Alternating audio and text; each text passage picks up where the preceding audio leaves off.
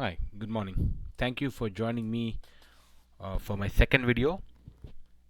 This is the video on the Cricket World Cup 2023. All the patterns for the matches that happened in Kolkata. There are no surprises here. The team that actually won the toss, all of them, they've decided to bat first. There's no surprise there. It seemed like the conditions were getting worse in Kolkata as the match progressed, and the ball was gripping. The ball was probably seaming around a little bit in at night, and also it was hard to time the ball. That's what I figured. Probably there are cricket experts who know more nuance than me, but I felt Kolkata win the toss, bat first. The only anomaly was Pakistan, being the mercurial team they are, they can suddenly rise up and then they can come up with a good performance. Yes, it is Bangladesh, and Bangladesh were in poor form, but still 7 wicket victory, and that too at 6.30, not bad. And every other game, the team batting second struggled. Now, there's one point that maybe, you know, for the fans to be so disappointed, right? I think the fans, they were probably deceived into thinking that they were much better than what they were. Okay, I think this may be the cause of that. This one. What I felt was, since India already have qualified for the semi-finals at the time, they were going to be assured a one or a two spot. I thought that they were going to test themselves.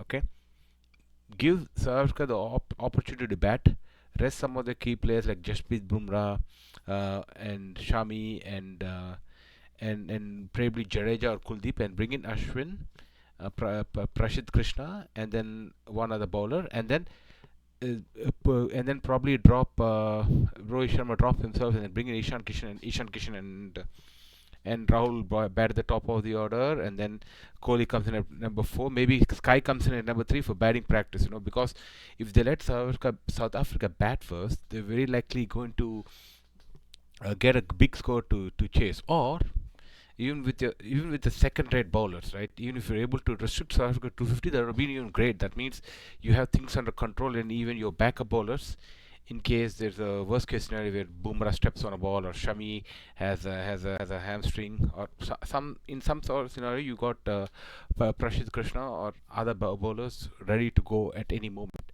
And the advantage with this was, you would have tested yourself under tougher batting conditions, and your middle order would have gotten uh, practice, especially in tough match situations. Now, this is where they could have tested Sky, and they could have tested Ishan Kishan, and probably would have seen, okay, who's in better form right now. Are we engaging all our players equally? And it wouldn't have mattered if Kohli got a 49th century there. The important thing was, it is the best time to experiment, and then you had a Netherlands match to experiment. Now, if in this case, even if India lost, right, and if India lost by 100 runs, right, okay, well and good. We would have got to know our batting frailties. If there were any at the time. I'm not saying India would have lost by 120 runs, but it would at least given us covered our base. Okay, we're going up against a team that is known to bat first. In recent memory, they're batting very well first, right? And they won almost, I think, 10 out of 10 games in 2023. I exactly don't know the stat, but they had a 50% winning rate while batting second, but they had a 100% record or something crazy like that. South Africa had. Now, if you bought your second-rate bowlers in a second-rate team against South Africa, and then you change this batting order. Rohit Sharma did this a lot before the World Cup. He would sometimes bat at number 7, and he would give some other team something a bit out of the box, right? I thought they will do something like that. Now, the reason why they might have not done this is because they wanted to be in the top spot and play in Mumbai. Kolkata, usually the pitches are conventionally, they're not high scoring games usually. Very rarely do you see high scoring games. Maybe they thought, okay, let's not lose momentum 2 days before sorry, 1 week before the semi-finals. So this game, I think, would have really tested India if they I think if they batted, if they bowl first, that's what I thought. But I'll speak more about that.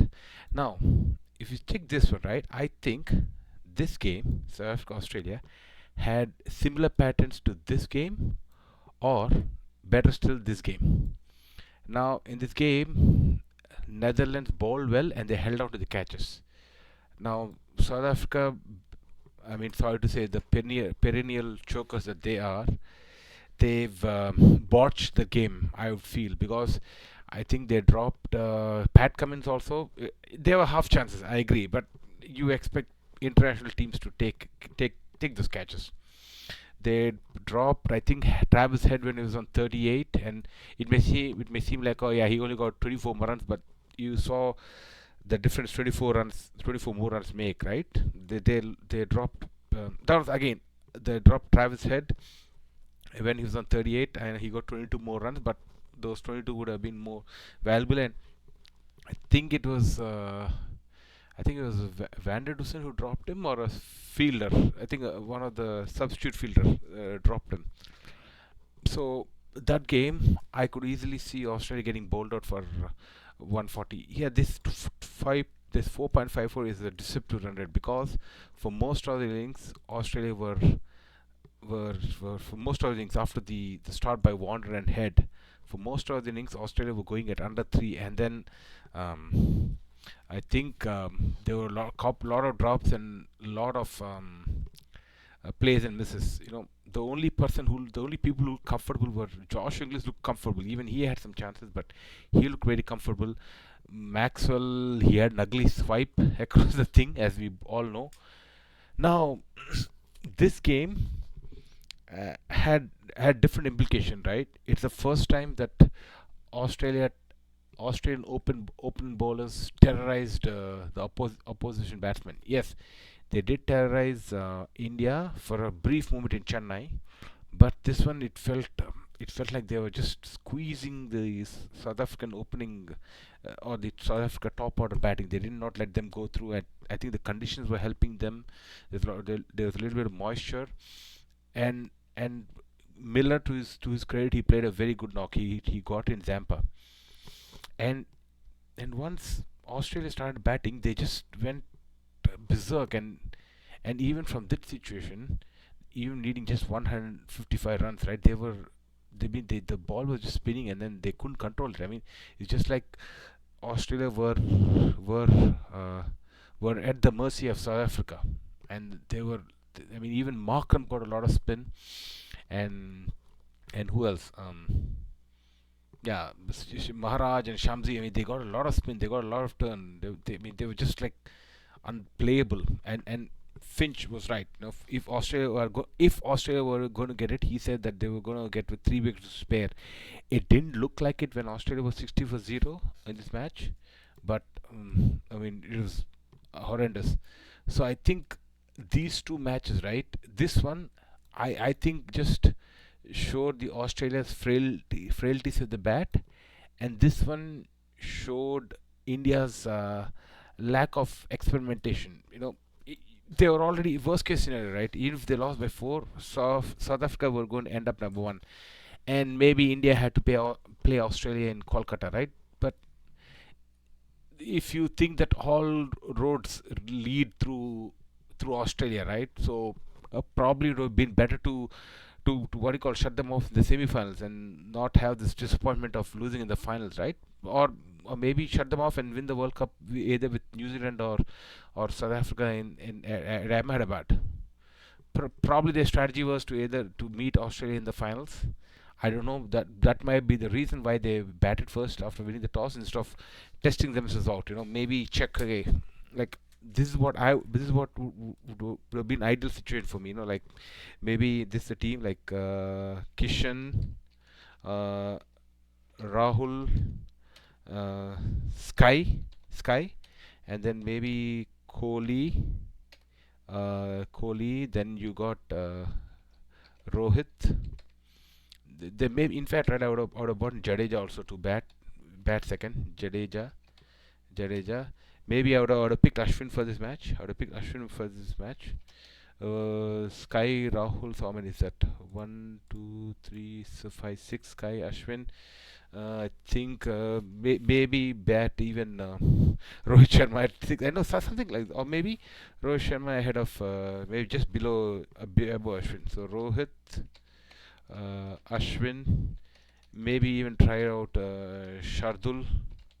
So that's like one, two, three, four, five, six, seven, eight, and then maybe Rashid Krishna, and maybe Siraj, and maybe give a rest to what do you call Bumrah, something like that. So just change the batting order a little bit, bat second, and then test, give every of your players an opportunity, right? Because India had a good opportunity, and this is a good opportunity to test yourself. And in this match, if you notice, right? Yes, Shamsi got smashed by Shamsi and Hansen. Everybody got smashed, but Maharaj was bowling so well. He bowled as well to India as he did to Australia. Even against Australia, he got, I think, 10 overs 28 for 1, and even against India, he got 10 overs 30 for 0 or 1. He was bowling with a lot of control. So it would have been very good to test themselves against Shamsi and Maharaj, especially what do you call batting second, and with this batting order.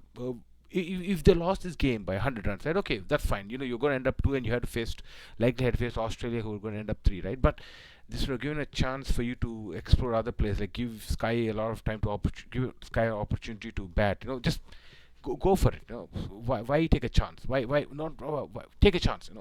It's fine. So this is where I was disappointed that they didn't change the team. They went with the same team. Maybe they could have given the players a lot more opportunity to bat. I understand this batting looks very out of order, but I've seen Rohit Sharma do this for last couple of, I think maybe 1 year before the World Cup. Like, he'll change the batting order a bit, give somebody at the top of the order to just keep everybody interested in it. In fact, I would have maybe gone crazy and maybe put Jadeja ahead of Kohli just to see how it goes. And that would have been much more helpful. I think, and a good feedback mechanism for the team. Right now, they didn't have any feedbacks, and they had that one bad game in the final, and the frailties were exposed. But okay, what is done is done. Now, look at it, right? All in all these situations, right? This one again, this result is a little bit deceptive because South Africa's strength was batting first, like I mentioned. I don't want to sound like a broken record. And even even in this match, right? England batting first. They had Pakistan at 150 for 7, and the rest of the runs that Pakistan got, the 93 runs that Pakistan got, right? They were like 180. They were like just consolation. I think the England were just looking to finish it off, and I mean both teams knew at the time they're out of the tournament anyways, and then they're just having the England didn't care about the net run rate, and Pakistan also they're just swinging out just for consolation wins. I could easily see Pakistan getting bowled out for 180, and then this match being 153 runs. And Bangladesh is not such a bad side, okay, but them losing by 87 runs, and then they were just completely choked. Now here we could look at this, and finally, I could look at this match in a different way, right? Yes, South Africa choked, but I could also say that Australia they played a clutch cricket. It's ugly, yes. Sometimes World Cup, when you win World Cups, you play ugly cricket, right? It was ugly, but they just hung on by the thread, especially at the end, right? And yeah, that's about it. Again, this match, this one, right? There were two critical factors. First, to summarize, India should have just done something like this just to give everybody an opportunity. Uh, and Australia, they showed their batting frailties. I understand it was much tougher batting second in Kolkata, but much to their credit, they bowl well. And yeah, one other critical thing, right? Maybe it gets overlooked. They got Miller out at exactly the right time. Australia did, okay, and another 30-40 runs. This game could have gone either way. So yeah, I think that's what disappointed with this, with India not experimenting, and also this one maybe a little bit disappointed that the game was decided by draws. But again, kudos to Australia. They just stuck there, and of course You need some luck to survive on those sorts of pitches, and Australia had that luck, and South Africa also, they bungled some chances. Yeah, this is my analysis on the Kolkata wicket. And like, yeah, thank you.